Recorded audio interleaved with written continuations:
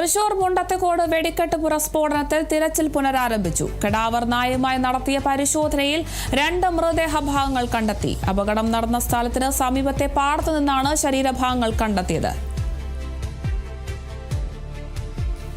വിവരങ്ങളുമായി അതുല്യ രാമചന്ദ്രനാണ് ചെയ്യുന്നത്. അതുല്യ, ഇപ്പോൾ ഫോറൻസിക് വിഭാഗം ഉദ്യോഗസ്ഥരൊക്കെ സ്ഥലത്ത് എത്തിയിട്ടുണ്ടോ? ഇപ്പോൾ ലഭിക്കുന്ന വിവരങ്ങൾ എങ്ങനെയാണ്?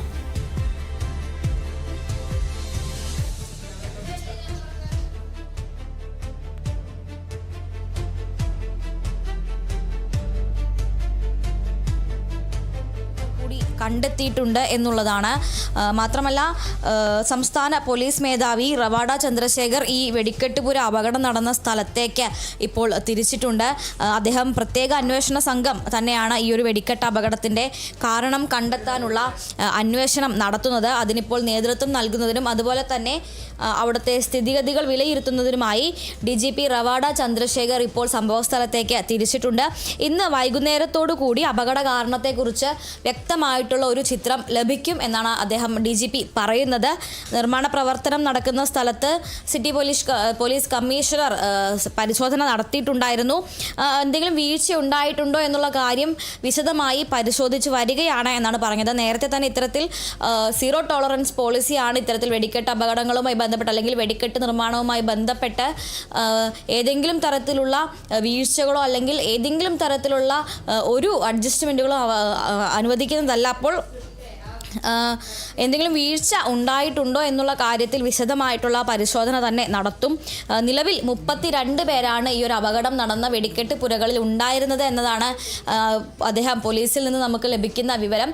അതായത് ഈ ഒരു 5 ഏക്കർ പാടശേഖരത്തിന് നടുവിലുണ്ടായിരുന്ന വെടിക്കെട്ട് പുരകൾ 5 വെടിക്കെട്ട് പുരകളാണ് ഉണ്ടായിരുന്നത്. ഒരു വലിയ രീതിയിൽ തന്നെയുള്ള ഒരു വെടിക്കെട്ട് നിർമ്മാണം അല്ലെങ്കിൽ വെടിക്കെട്ടിനുള്ള സാധനങ്ങൾ ഉണ്ടാക്കുന്നതിനുള്ള ഒരു സംവിധാനമായിരുന്നു അവിടെ ഉണ്ടായിരുന്നത്.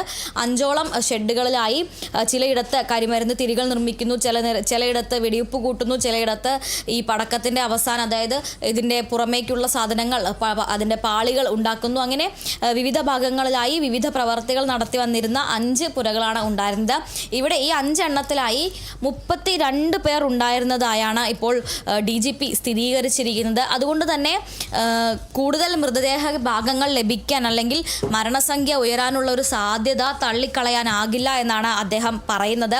മാത്രമല്ല, നിലവിൽ 32 പേർ എന്ന ഒരു സ്ഥിരീകരണമാണ് ലഭിച്ചിരിക്കുന്നതെങ്കിലും കൂടുതൽ പേർ അവിടെ ഉണ്ടായിരുന്നോ എന്നതിൽ അന്വേഷണം നടന്നുകൊണ്ടിരിക്കുകയാണ്. അതിനുള്ള സാധ്യതയും തള്ളിക്കളയാനാകില്ല എന്നാണ് അദ്ദേഹം പറയുന്നത്. അത് രാജൻ മിനിസ്റ്റർ സംസാരിക്കുമ്പോൾ അദ്ദേഹവും ഇത്തരത്തിൽ പറഞ്ഞിരുന്നു. കാരണം പലരും ഈ സമയത്ത് സഹായികളെ കൂടെ കൊണ്ടുവന്നിരുന്നു. ഈ ഒരു സമയത്ത് നേരത്തെ അവിടെ ഉണ്ടായിരുന്ന ആളുകളിൽ പലരും ഇത്തരത്തിൽ പൂരം സീസണാണ്, നിരവധി ആളുകൾ ഈ ഒരു തൊഴിലുമായി ബന്ധപ്പെട്ട് ജീവിക്കുന്നവരുണ്ട്. അപ്പോൾ പലരും തങ്ങളുടെ കൂടെ മറ്റാളുകളെ കൊണ്ടുവന്നിരുന്നു. അപ്പോൾ ഈ ഒരു സമയത്ത് അവിടെ കൂടുതൽ ആളുകൾ ഉണ്ടായിരുന്നോ എന്നതിലും ഇപ്പോൾ അന്വേഷണം നടക്കുകയാണ്. അതിനുള്ള ഒരു സാധ്യത തള്ളിക്കളയാൻ സാധിക്കില്ല എന്നതാണ്. സംഭവസ്ഥലത്ത് ജോലി ചെയ്തിരുന്ന ആരെങ്കിലും അവിടെ നിന്ന് വിട്ടുപോയിട്ടുണ്ടെങ്കിൽ കൺട്രോൾ റൂമിൽ ബന്ധപ്പെട്ട് വിവരങ്ങൾ നൽകണം എന്നുള്ളത് ജില്ലാ കളക്ടർ അറിയിച്ചിട്ടുണ്ട്. മറ്റൊരു പ്രധാനപ്പെട്ട കാര്യം എന്ന് പറയുന്നത്, ആരെയെങ്കിലും കാണാതായിട്ടുണ്ടെങ്കിൽ ബന്ധുക്കൾ കൺട്രോൾ റൂമുകളിൽ ബന്ധപ്പെടണമെന്നാണ് അറിയിച്ചിരിക്കുന്നത്. മെഡിക്കൽ കോളേജിലും തൃശൂർ മെഡിക്കൽ കോളേജിലും അതുപോലെ തന്നെ ചില സ്വകാര്യ ആശുപത്രികളിലുമായി പലരും ചികിത്സ തേടിയിട്ടുണ്ടായിരുന്നു. നിലവിൽ മെഡിക്കൽ കോളേജിലെ 2 പേർ ആശുപത്രി വിട്ടിട്ടുണ്ട്. 6 പേരുടെ നില വലിയ പരിക്കിൽ അല്ലെങ്കിൽ വലിയ ഗുരുതരമല്ലാത്ത രീതിയിലാണ്, അതായത് നോട്ട് ക്രിട്ടിക്കൽ എന്നുള്ള കണ്ടീഷനിലാണ് 6 പേരുള്ളത്. 5 പേരാണ് അതീവ ഗുരുതരമായി തുടരുന്നത്. നേരത്തെ 13 പേരാണ് ചികിത്സയിലുണ്ടായിരുന്നത്. അതിൽ 2 പേരെ ഇപ്പോൾ ആശുപത്രി വിട്ട് കഴിഞ്ഞു. അപ്പോൾ 11 പേർ മെഡിക്കൽ കോളേജിൽ നിലവിൽ ചികിത്സയിലുണ്ട്. 9 മൃതദേഹങ്ങളാണ് ഇപ്പോൾ പൂർണ്ണ മൃതദേഹങ്ങളാണ് ലഭിച്ചത്. അതിൽ തന്നെ 9 എണ്ണത്തിൽ 5 എണ്ണത്തിൻ്റെ പോസ്റ്റ്മോർട്ടം പൂർത്തിയായി. 5 മൃതദേഹങ്ങൾ തിരിച്ചറിഞ്ഞിട്ടുമുണ്ട്. ഇനി ബാക്കിയുള്ളത് ഈ 32 പേരിൽ ബാക്കിയുള്ള നിരവധി പേർ രക്ഷപ്പെട്ടിട്ടുണ്ട്. പ്രത്യേകിച്ചും അടുത്തുള്ള വീടുകളിലേക്കും മറ്റും ഓടി രക്ഷപ്പെട്ട ആളുകളുണ്ട്. വിൽസൺ അടക്കം അത്തരത്തിൽ നിരവധി പേർ ഓടി രക്ഷപ്പെട്ടിട്ടുണ്ട്. മറ്റ് ചിലർ പല സ്വകാര്യ ആശുപത്രികളിലും ചികിത്സ തേടിയിട്ടുണ്ട്. അപ്പോൾ ഇതൊന്നുമല്ലാതെ തങ്ങളുടെ ആരെയെങ്കിലും ബന്ധപ്പെടാൻ കഴിയുന്നില്ല, അല്ലെങ്കിൽ ഈ അപകടം നടന്ന സ്ഥലത്ത് ഉണ്ടായിരുന്ന ആരെയെങ്കിലും ബന്ധുക്കൾക്ക് ബന്ധപ്പെടാൻ കഴിയുന്നില്ല എന്നുണ്ടെങ്കിൽ അവരെ കാണാതായതായി അറിയിച്ചുകൊണ്ട് കൺട്രോൾ റൂമിൽ ബന്ധപ്പെടണം എന്ന് ജില്ലാ കളക്ടർ അധികൃതർ അറിയിച്ചിട്ടുണ്ട്. അതുപോലെ തന്നെ ഈ രക്ഷപ്പെട്ട ആളുകളിൽ നിന്നും ഇത്തരത്തിൽ കൂടെ ഉണ്ടായിരുന്നവരെ കുറിച്ച് വിവരങ്ങൾ ശേഖരിക്കുന്നുണ്ട്. കാരണം 24ഓളം തിരിച്ചറിയാനാകാത്ത മൃതശരീര ഭാഗങ്ങളാണ് ലഭിച്ചിരിക്കുന്നത്. അതിൽ ഇന്ന് രാവിലെ ആരംഭിച്ച പരിശോധനയിൽ കടാവർ നായകളെ ഉപയോഗിച്ച്, അതായത് ശരീരഭാഗങ്ങൾ കണ്ടെത്തുന്നതിനായി ഇത്തരത്തിൽ ഉരുൾപൊട്ടൽ, അതുപോലെ തന്നെ വെള്ളപ്പൊക്കം പോലുള്ള മണ്ണിടിച്ചിൽ പോലുള്ള ദുരന്തങ്ങൾ ഉണ്ടാകുമ്പോൾ അവയിൽ മണ്ണിനടിയിൽ നിന്ന് വരെ മൃതശരീരങ്ങളും ശരീരഭാഗങ്ങളും മനുഷ്യരെയും കണ്ടെത്താൻ കഴിയുന്ന പ്രത്യേക പരിശീലനം സിദ്ധിച്ചിട്ടുള്ള കടാവർ നായകളെ ഉപയോഗിച്ചാണ് രാവിലെ തിരച്ചിൽ നടത്തിയത്. ആ കടാവർ നായ്ക്കൾ നടത്തിയ തിരച്ചിലിൽ ഈ പാടശേഖരങ്ങളുടെ അതിരിൽ നിന്ന് 2 മൃതദേഹ ഭാഗങ്ങൾ കൂടി കണ്ടെടുത്തിരുന്നു. അപ്പോൾ ഈ മൃതദേഹ ഭാഗങ്ങൾ ആരുടേതാണ് എന്നുള്ളത് കൂടി ഇനി അറിയാനുണ്ട്. അതിന് DNA പരിശോധന നടത്തും എന്ന് മന്ത്രി വി എൻ വാസവനും അതുപോലെ തന്നെ ആരോഗ്യമന്ത്രി വീണ ജോർജും നേരത്തെ തന്നെ വ്യക്തമാക്കിയിട്ടുണ്ട്. നേരത്തെ പോസ്റ്റ്മോർട്ടം കഴിഞ്ഞതും തിരിച്ചറിഞ്ഞതുമായ മൃതദേഹങ്ങളുടെ തന്നെ DNA സാമ്പിളുകൾ ശേഖരിച്ചിട്ടുണ്ടായിരുന്നു. അതിന് തിരിച്ചറിയാനാകാത്ത മൃതശരീര ഭാഗങ്ങളുടെ DNAകളും സ്വീകരിക്കും. അതോടൊപ്പം തന്നെ തിരിച്ചറിഞ്ഞവയുടേതും സാമ്പിളുകളും ശേഖരിക്കും. ഇതിനായി രാജീവ് ഗാന്ധി ബയോടെക്നോളജിയിൽ നിന്നുള്ള പ്രത്യേക സംഘം തന്നെയാണ് ഈ DNA പരിശോധനകളെല്ലാം തന്നെ കൈകാര്യം ചെയ്യുന്നത്. നിലവിൽ ഇപ്പോൾ 3 പേരുടെ മൃതദേഹങ്ങളാണ് ഏറ്റവും ആദ്യം കൈമാറിയത്. അത് ഒന്ന് പഴയന്നൂർ ഭാഗത്തുള്ള സുദർശനൻ, പാലക്കാട് കുമരനല്ലൂർ സ്വദേശി വാസുദേവൻ, കുണ്ടന്നൂർ സ്വദേശി സുവിൻ എന്നിവരെയാണ് തിരിച്ചറിഞ്ഞ് ഇന്നലെ രാത്രി തന്നെ മൃതദേഹങ്ങൾ കൈമാറിയിട്ടുണ്ടായിരുന്നത്. അതുപോലെ തന്നെ സതീഷ്, അതായത് ഈ ഒരു അച്ഛൻ്റെ പാത പിന്തുടർന്നുകൊണ്ട് ഈ വെടിക്കെട്ട് നിർമ്മാണത്തിൻ്റെ അല്ലെങ്കിൽ വെടിക്കെട്ടിൻ്റെ ചുമതലകളിലേക്ക് വന്ന മുണ്ടത്തിക്കോട് സതീഷ് എന്നറിയപ്പെടുന്ന ഈ നിലവിൽ അപകടം നടന്ന സ്ഥലത്തെ ഏറ്റവും പ്രധാനിയായിരുന്ന മുണ്ടത്തിക്കോട് സതീഷ്, അതുപോലെ തന്നെ പ്രവീൺ എന്നിവരാണ് വെന്റിലേറ്ററിൽ തുടരുന്നത്. ഇവർക്ക് 98% ബേൺ അല്ലെങ്കിൽ ശരീരത്തിൻ്റെ ഭൂരിഭാഗവും പൊള്ളലേറ്റ നിലയിലാണ് എന്നാണ് ആരോഗ്യമന്ത്രി അറിയിച്ചത്. അതുപോലെ തന്നെ അവിടെ വെടിക്കെട്ട് പുരയിൽ സഹായികളായി ഉണ്ടായിരുന്ന ബാബു, അനിത, രാജേഷ്, ഹരി, അഖിൽ, ഉദയകുമാർ, ഭവാനി, വിഷ്ണു എന്നിവർ മെഡിക്കൽ കോളേജിലും സാജൻ, വിൽസൺ എന്നിവർ എലൈറ്റ് ഹോസ്പിറ്റലിലും ചികിത്സയിലുണ്ട്. അതോടൊപ്പം തന്നെ ചെറിയ രീതിയിൽ പരിക്കേറ്റ സുഭദ്ര, സുന്ദരൻ എന്നിവരെ ഡിസ്ചാർജ് ചെയ്തിട്ടുണ്ട്. നിലവിൽ എന്തായാലും എത്ര പേർ അപകടത്തിൽ പെട്ടു എന്നതിലൊരു ആശയക്കുഴപ്പം ഇപ്പോഴും നിലനിൽക്കുന്നുണ്ട്. 32 പേര് എന്നതിൽ തന്നെ ഈ 32 പേർക്കും അപകടം പറ്റിയിട്ടുണ്ടോ, 32 പേരുടെയും കൃത്യമായ കണക്ക്, അതായത് ആശുപത്രിയിലുള്ളവർ, രക്ഷപ്പെട്ടവർ, ആശുപത്രിയിൽ നിന്ന് ഡിസ്ചാർജ് ആയവർ, മരിച്ചവർ, ഇത്തരത്തിൽ ഈ എല്ലാ കണക്കുകളും ചേർത്ത് നോക്കുമ്പോഴും കൃത്യമായ കണക്കുകൾ ലഭിക്കാത്ത ഒരു പ്രശ്നം നിലനിൽക്കുന്നുണ്ട്. എന്തായാലും ഇനി കൺട്രോൾ റൂമിൽ മറ്റ് ബന്ധുക്കൾ നൽകുന്ന വിവരങ്ങൾക്കനുസരിച്ചും അതുപോലെ തന്നെ DNA പരിശോധനകൾ അവസാനിക്കുന്ന ാണ് അതിൻ്റെ ഒരു കൃത്യമായ കണക്ക് ലഭിക്കുകയുള്ളൂ. എന്തായാലും ഒരു പക്ഷേ മരണസംഖ്യ ഉയർന്നേക്കാം എന്നുള്ളൊരു സാധ്യത തള്ളിക്കളയുന്നില്ല എന്നുള്ളതാണ്. ഈ ഒരു ദുരന്തത്തിൻ്റെ പശ്ചാത്തലത്തിൽ ഇപ്പോൾ മറ്റൊരു പ്രധാനപ്പെട്ട കാര്യം എന്ന് പറയുന്നത് സ്പെഷ്യൽ ക്യാബിനറ്റ്, അതായത് പ്രത്യേക മന്ത്രിസഭാ യോഗം ഇപ്പോൾ നടന്നുകൊണ്ടിരിക്കുകയാണ്. 10 മണിയോടുകൂടി ഓൺലൈനായി ആരംഭിക്കുമെന്നാണ് അറിയിച്ചിരുന്നത്. അപ്പോൾ തൃശ്ശൂരിലുള്ള മന്ത്രിമാർ അവിടെ കളക്ടറേറ്റിൽ നിന്ന് ചേരുകയും മറ്റ് മന്ത്രിമാർ, അതായത് സ്ഥലത്തില്ലാത്ത മന്ത്രിമാർ ഓൺലൈനായി ഈ യോഗത്തിൽ പങ്കെടുക്കുകയുമാണ്. ഇപ്പോൾ മന്ത്രി വി എൻ വാസവൻ, മന്ത്രി കെ രാജൻ, ആരോഗ്യമന്ത്രി വീണ ജോർജ്, ഉന്നത വിദ്യാഭ്യാസ മന്ത്രി ആർ ബിന്ദു തുടങ്ങിയവർ തൃശ്ശൂരിൽ തന്നെ ഉണ്ട്, തൃശ്ശൂരിൽ തന്നെ ക്യാമ്പ് ചെയ്യുന്നുണ്ട്. പൂരം കഴിയാതെ തൃശ്ശൂരിൽ നിന്ന് മടങ്ങില്ല എന്നാണ് മന്ത്രി വി എൻ വാസവനും അതുപോലെ തന്നെ മന്ത്രി കെ രാജനും വ്യക്തമാക്കിയത്. അപ്പോൾ ഇത്രയും പേർ തൃശ്ശൂർ കളക്ടറേറ്റിലാണ് യോഗം ചേരുന്നത്. അതിലേക്ക് ഓൺലൈനായി മറ്റ് മന്ത്രിമാർ കൂടി പങ്കെടുക്കും.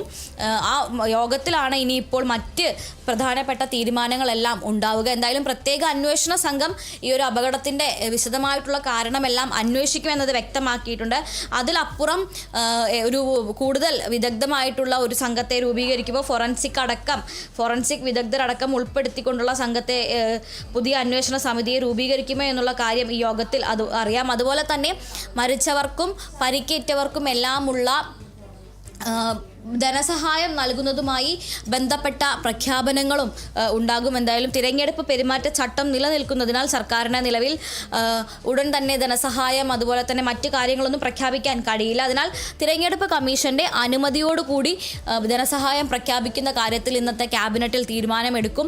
അതുപോലെ തന്നെ പൂരം നടത്തിപ്പിൻ്റെ കാര്യത്തിലും നാളെ ഒരു പ്രത്യേക യോഗം, അതായത് നാളെ 10:30 പ്രത്യേക യോഗം ഈ പൂരം നടത്തിപ്പിൻ്റെ കാര്യങ്ങൾ തീരുമാനിക്കാൻ ചേരുന്നുണ്ട്. അപ്പോൾ അതിനു മുന്നോടിയായി എന്താണ് സർക്കാരിൻ്റെ നിലപാട് എന്നതിൽ ഇന്നത്തെ യോഗത്തിൽ തീരുമാനങ്ങളുണ്ടാകും. നാളത്തെ യോഗം ചേരാൻ ഹൈക്കോടതിയുടെ പ്രത്യേക അനുമതിയോടുകൂടിയാണ് നാളത്തെ പ്രത്യേക യോഗം ചേരുന്നത്. നാളെ 10:30-ക്കായിരിക്കും യോഗം ചേരുക.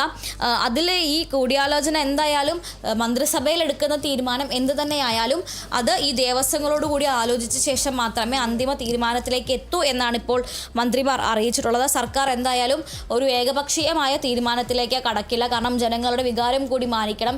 പ്രത്യേകിച്ചും തൃശ്ശൂർ പൂരം വലിയ രീതിയിൽ ആചാരപരമായും ആഘോഷപരമായും വലിയൊരു ജനവിഭാഗത്തെ ബാധിക്കുന്ന ഒന്നാണ്. പ്രത്യേകിച്ചും ആളുകൾക്കിടയിൽ വലിയ രീതിയിൽ സെൻസിറ്റീവായ രീതിയിലുള്ള ഒരു വിഷയമാണ്. ഇതിന് മുൻപും പലതവണ മുൻപ് നടന്ന അപകടങ്ങളിലും ഇത്തരത്തിൽ വെടിക്കെട്ടിന് അനുമതി നിഷേധിച്ചപ്പോഴൊക്കെ ജനങ്ങൾക്കിടയിൽ നിന്ന് വലിയൊരു എതിർപ്പ് ഉയർന്നു വന്നിരുന്നു. അതായത് തൃശ്ശൂർ പൂരത്തിൻ്റെ ആ ഒരു പകിട്ട് കുറയ്ക്കുന്ന രീതിയിൽ ഉള്ള പ്രവർത്തനങ്ങളെ പലപ്പോഴും ജനങ്ങൾ അംഗീകരിക്കുന്നതിൽ ഭയങ്കരമായിട്ടുള്ള ഒരു വിമുഖത കാണിക്കാറുണ്ട്. അതുകൊണ്ട് തന്നെ പൂരം നടത്തിപ്പിൽ ജനങ്ങളുടെ വികാരം കൂടി കണക്കിലെടുക്കും. അതുപോലെ തന്നെ ഇരു ദേവസ്വങ്ങളുടെയും അവരുടെ നിലപാടുകൾ കൂടി കണക്കിലെടുത്തുകൊണ്ടായിരിക്കും അന്തിമ തീരുമാനം. സർക്കാർ ഏകപക്ഷീയമായ ഒരു തീരുമാനം എടുക്കില്ല എന്ന് മന്ത്രിമാർ ഇന്ന് അറിയിച്ചിട്ടുണ്ടായിരുന്നു.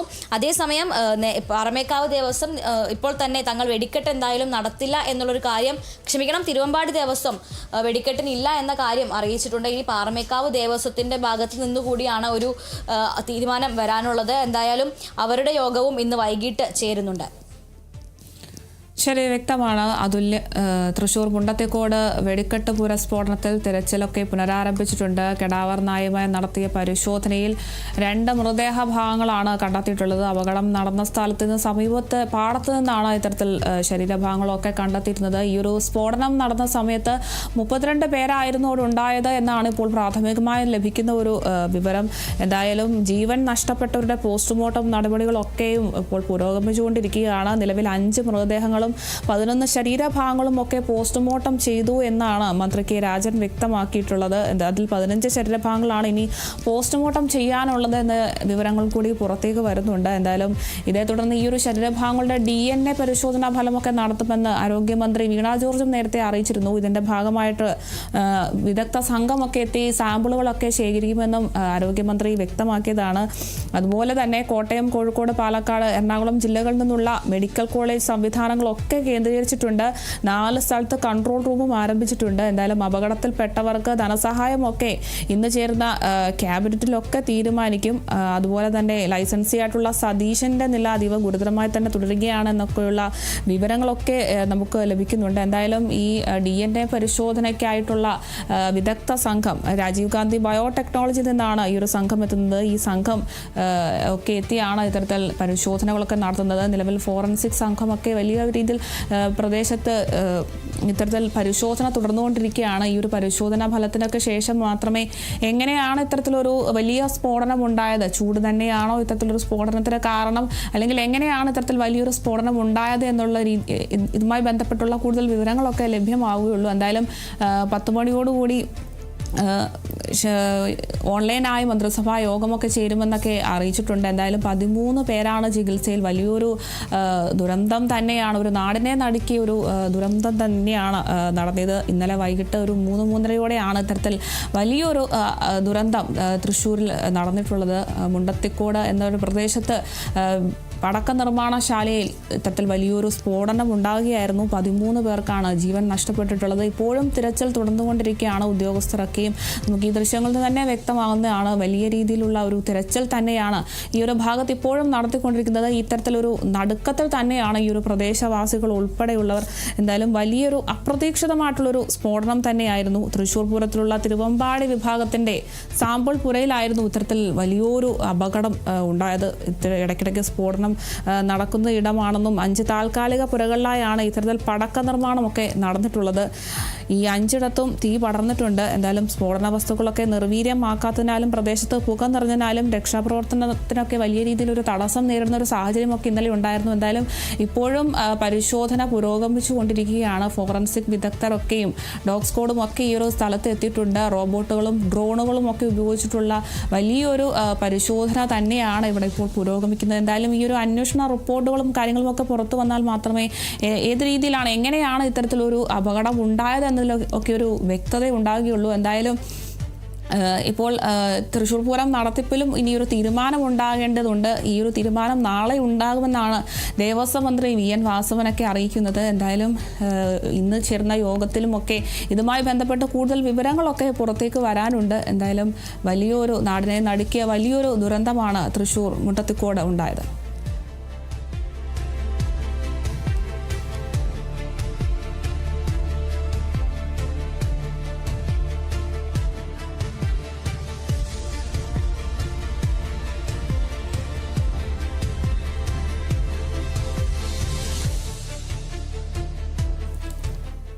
CPI നേതാവ് VS സുനിൽകുമാർ ഇപ്പോൾ നമുക്കൊപ്പം ചേരുന്നുണ്ട്.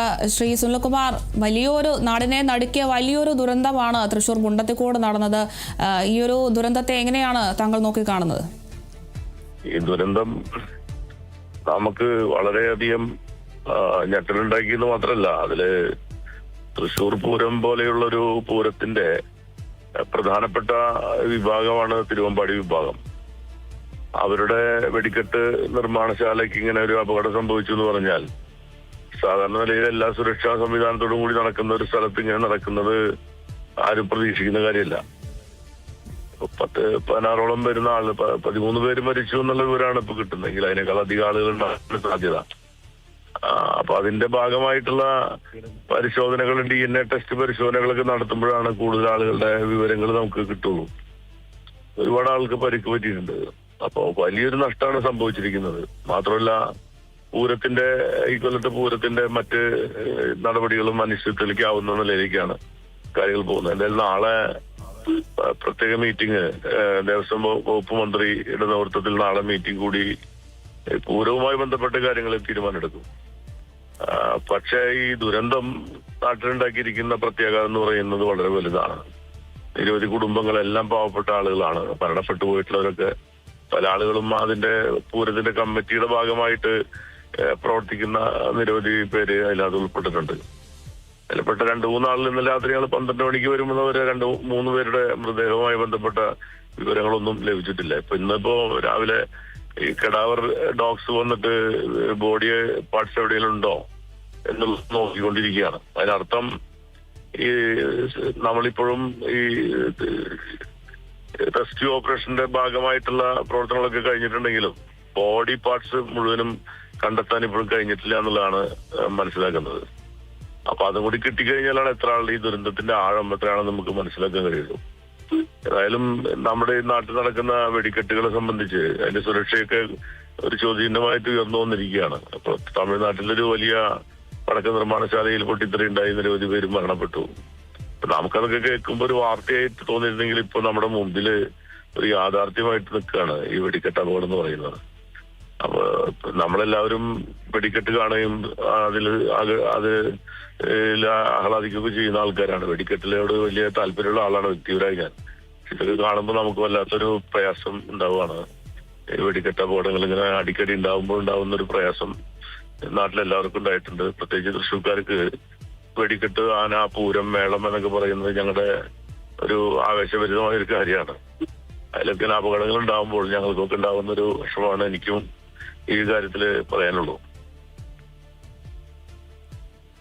ഇപ്പോൾ ഈ മൃതദേഹങ്ങളൊക്കെ പോസ്റ്റ്മോർട്ടം നടത്തിയ മൃതദേഹങ്ങളൊക്കെ ബന്ധുക്കൾക്ക് വിട്ടുകൊടുക്കുന്നതുമായി ബന്ധപ്പെട്ടുള്ള സജ്ജീകരണങ്ങളൊക്കെ തയ്യാറായിട്ടുണ്ടോ? അതെല്ലാം ഇന്നലെ തന്നെ ഞങ്ങളിപ്പോ അവിടെ ആ സ്ഥലത്ത് എത്തിക്കൊണ്ടിരിക്കുകയാണ്. ഇന്നലെ തന്നെ രാത്രി പോസ്റ്റ്മോർട്ടം, അതായത് ബോഡി മനസ്സിലാക്കിയിട്ടുള്ള ഫുൾ ബോഡി ആയിട്ട് കിട്ടിയിരിക്കുന്നതെല്ലാം പോസ്റ്റ്മോർട്ടം ഇന്നലെ തന്നെ പൂർത്തീകരിച്ചിട്ടുണ്ട്. ബാക്കിയുള്ള ആളുകളുടെ കാര്യത്തില് അവര് ഇന്ന് ഈ DNA ടെസ്റ്റിന് വേണ്ടി രാജീവ് ഗാന്ധി ഇൻസ്റ്റിറ്റ്യൂട്ടിൽ നിന്നുള്ള സയന്റിസ്റ്റുകൾ അവിടെ ഒരു ടീം വന്നിട്ടുണ്ട്. അപ്പൊ അവര് ഈ ഇവിടെ കാണാതായവരുടെ ബന്ധുക്കളുടെ ബ്ലഡ് സാമ്പിളും അതുപോലെ തന്നെ ഈ ബോഡി പാർട്സിന്റെ DNA ടെസ്റ്റിന് ആവശ്യമായ സാമ്പിളുകളും അവര് ശേഖരിക്കുന്ന കാര്യമാണ് നടന്നുകൊണ്ടിരിക്കുന്നത്. എല്ലാം ആ ബോഡി പാർട്സ് ഇന്നലെ 9 ബോഡി പാർട്സ് ഇന്നലെ കിട്ടിയിട്ടുണ്ട്. 9 ബോഡി പാർട്സ് ഇന്നിപ്പോ വീണ്ടും പുതിയ ബോഡി പാർട്സ് കിട്ടിയെന്ന് മനസ്സിലാക്കുന്നുണ്ട്. അപ്പൊ അങ്ങനെ വരുമ്പോ ഈ ബോഡി പാർട്സ് എല്ലാം ഇപ്പോ ഇവിടെ കിട്ടിയ മറ്റു മൃതശരീരങ്ങളുമായിട്ട് ചേർന്ന് നിൽക്കുന്നതാണോ അല്ല വേറെ ആളുകളുടെ ആണോ എന്നുള്ളതൊക്കെ തന്നെ ഇനി പരിശോധിക്കാനുണ്ട്. അപ്പൊ തിരിച്ചറിഞ്ഞ ആളുകളുടെ 2-3 പേരുടെ മൃതദേഹം വിട്ടുകൊടുത്തായിട്ടാണ് കലക്ടർ എന്ന് പറഞ്ഞത്. ബാക്കിയുള്ള ആളുകളുടെ മൃതശരീരം ആരുടെയാണെന്ന് തിരിച്ചറിഞ്ഞതിന് ശേഷം വിട്ടുകൊടുക്കും. ബോഡി പാർട്സിന്റെ DNA ടെസ്റ്റ് കഴിഞ്ഞ ശേഷം ആ DNA ടെസ്റ്റിൽ ആരുടേതാണെന്ന് തിരിച്ചറിഞ്ഞാൽ അവർക്ക് കൊടുക്കും. ഇപ്പോൾ നമുക്കറിയാം വയനാട് ദുരന്തം ഉണ്ടായപ്പോഴുണ്ടായിരുന്ന അതേ പ്രോട്ടോകോളാണ് ഇവിടെയും ചെയ്യുന്നത്. ആ പ്രോട്ടോകോൾ അനുസരിച്ചുള്ള കാര്യങ്ങളെല്ലാം വളരെ കൃത്യമായി. പിന്നെ മെഡിക്കൽ കോളേജിലാണെങ്കിൽ ഇന്നലെ അവര് വളരെ ശക്തമായ, നമുക്കൊക്കെ ചിന്തിക്കാൻ പറ്റുന്നതിനേക്കാളും വലിയ സർവീസാണ് മെഡിക്കൽ കോളേജിലെ പിന്നെ ഡോക്ടർമാർ ഇന്നലെ അവിടെ ഒരുക്കിയിരിക്കുന്നത്. കാരണം അവിടുന്ന് വളരെ തൊട്ടടുത്ത് ശബ്ദം കേട്ടപ്പോൾ തന്നെ എന്തോ അപകടം സംഭവിച്ചിരിക്കുന്നുള്ള വിവരം മെഡിക്കൽ കോളേജിൽ കിട്ടിയ ഉടനെ തന്നെ എല്ലാ ഡിപ്പാർട്ട്മെന്റുകളെയും ഏകോപിപ്പിച്ചുകൊണ്ടുള്ള ഒരു വലിയ സന്നാഹം മെഡിക്കൽ കോളേജിൽ ഉണ്ടാക്കിയെടുക്കാൻ അവർക്ക് കഴിഞ്ഞിട്ടുണ്ട്. ഏത് സാഹചര്യം നേരിടാനും കഴിയുന്ന രീതിയിലുള്ള സംവിധാനങ്ങൾ മെഡിക്കൽ കോളേജിൽ അവരുണ്ടാക്കിയിട്ടുണ്ട്. അപ്പൊ അതിന്റെ പോസ്റ്റ്മോർട്ടം ഉൾപ്പെടെയുള്ള എല്ലാ കാര്യങ്ങളിലും വളരെ കൃത്യമായ സജ്ജീകരണത്തോട് കൂടിയിട്ടാണ് കാര്യങ്ങൾ പോകുന്നത്. ഇന്നലെ എല്ലാ മന്ത്രിമാരും, മിക്കവാറും എല്ലാ മന്ത്രിമാരും ഇന്നലെ വന്നിട്ടുണ്ട്.